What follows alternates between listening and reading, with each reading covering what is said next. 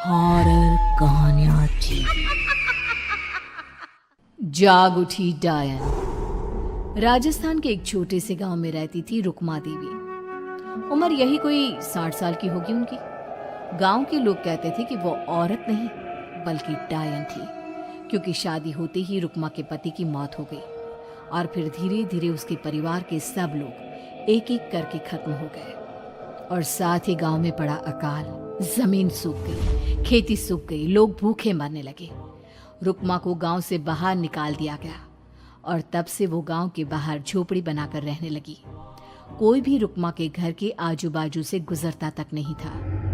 एक दिन गांव के रहने वाले रतन और उसकी पत्नी आनंदी को दूसरे गांव से आते वक्त रात हो गई और अंधेरे में रास्ता भटक के वो रुक्मा की झोपड़ी के पास जा पहुंचे। अरे आनंदी, ये क्या हो गया? हम तो रुक्मा डायन की झोपड़ी के पास आ पहुंचे। अब तो सब बुरा होगा। जल्दी जल्दी से निकल यहाँ से। हाँ जी, सही कहते हैं आप। ये डायन हमको खा जाएगी। जल्दी भागो यहाँ से। तभी रुक्मा झोपड़ी से बाहर आती है। अरे रुको, तुम लोग यहाँ मेरी झोपड़ी में आराम कर लो और देखो, इस रास्ते पर आगे मत जाना। हाँ, हमें आगे जाने से इसलिए रोक रही है ना, ताकि हमें मार डाले तू। अरे ना ना, मैं तो तुम्हारी जान बचाना चाहती हूँ, मेरी बात तो सुनो। डर की वजह से आनंदी और रतन वहां से भाग जाते हैं, लेकिन फिर अगले दिन गांव में खबर फैलती है कि रतन और आनंदी ने अपने घर में फांसी लगाकर आत्महत्या कर ली। वजह क्या थी किसी की समझ में नहीं आया। अगले दिन गांव में जोर का तूफान आया और भयानक तरीके से किसी के रोने की आवाज गूंजने लगी। अरे भाई, लगता है उस डायन रुक्मा ने गांव पे काला जादू कर दिया है। हाँ भाई, मुझे भी ऐसा ही लग रहा है। लगता है कल आनंदी और रतन मर गए। लगता है ये उसी का किया धरा है। हमें सरपंच के पास चलना चाहिए। वो दोनों आदमी सरपंच के घर पहुंचते हैं। अरे, तुम इस वक्त यहाँ पर क्यों आए हो? जानते नहीं बाहर क्या हो रहा है? कितनी डरावनी आवाज गांव में गूंज रही है। बस मालिक, किसी तरह आ गए। पूरे गांव वालों की जिंदगी का सवाल है। अरे मालिक, ऐसे तो सब एक एक करके मर जाएंगे। तो क्या चाहते हो? क्या किया जाए? मालिक, हमें रुक्मा को मारना होगा। अरे जब तक वो डायन गांव में जिंदा रहेगी तब तक गांव में ये सब होता ही रहेगा। शायद ठीक कह रहे हो तुम लोग, मगर ये काम करेगा कौन? मालिक, अगर आप कहे तो हम दोनों मिलके इस काम को अंजाम दे दे। बस आपको हमें यकीन दिलाना होगा कि हम पकड़े नहीं जाएंगे। ठीक है, लेकिन बाहर जो आतंक का साया है उसमें तुम दोनों रुक्मा तक पहुंचोगे कैसे? हैं? क्या तुम्हें डर नहीं लगता? मालिक, आप उसकी चिंता ना करें। काल भैरव का भभूत है हमारे पास। रुक्मा तक पहुंचकर आसानी से मौत के घाट उतार देंगे उसको। हाँ, मैं भी चलूंगा तुम लोगों के साथ। उस डायन को मरते हुए देखने की बड़ी इच्छा है मुझे। सरपंच उन दोनों लोगों के साथ गांव के बाहर की तरफ चल देता है। गांव में घनघोर काली रात पसरी हुई थी और दिल दहलाने वाली चीख की आवाज माहौल को बेहद खौफनाक बना रही थी। हाथ में काल भैरव का भभूत लिए वो तीनों रुक्मा की झोपड़ी की तरफ जा रहे थे। वहां पहुंचने के बाद, ये लो खंजर और पार कर दो इस डायन के कलेजे के अंदर। मालिक, आप बस यहीं खड़े होकर नजारा देखो, आज ना बचेगी ये। हाँ मालिक, ये भभूत अब इसकी जरूरत नहीं है। मैं इसे यहाँ पेड़ की डाली पे रख देता हूँ। लौटते वक्त हमारी रक्षा करेगा। वो दोनों आदमी चुपके से सोती हुई रुक्मा देवी के ऊपर वार करते हैं। एक जोरदार चीख से वो इलाका गूंज उठता है, लेकिन अचानक रुक्मा के शरीर से जो खून बहता है उसका रंग नीला था। ये देखकर वो दोनों आदमी डर से कांपने लगते हैं।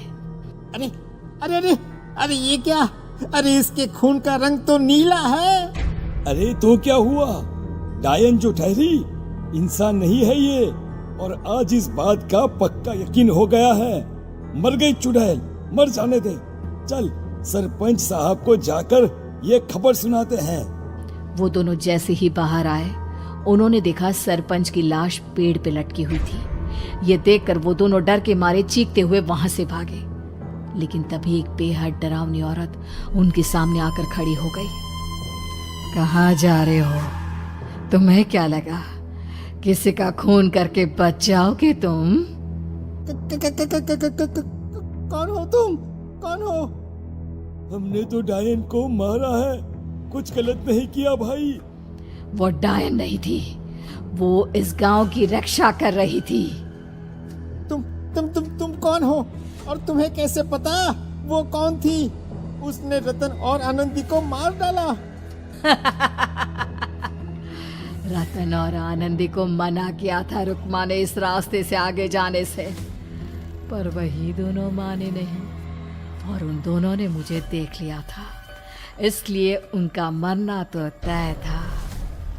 क्या मतलब तूने मारा था? और हम समझ रहे थे कि रुक्मा ये सब कर रही है।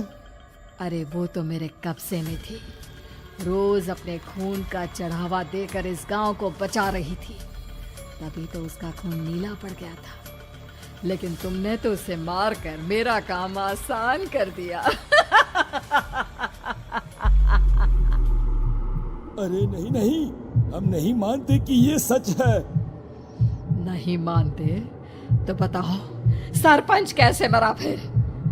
क्योंकि उस वक्त तो तुम लोग रुक्मा को मार रहे थे ना, जवाब दो।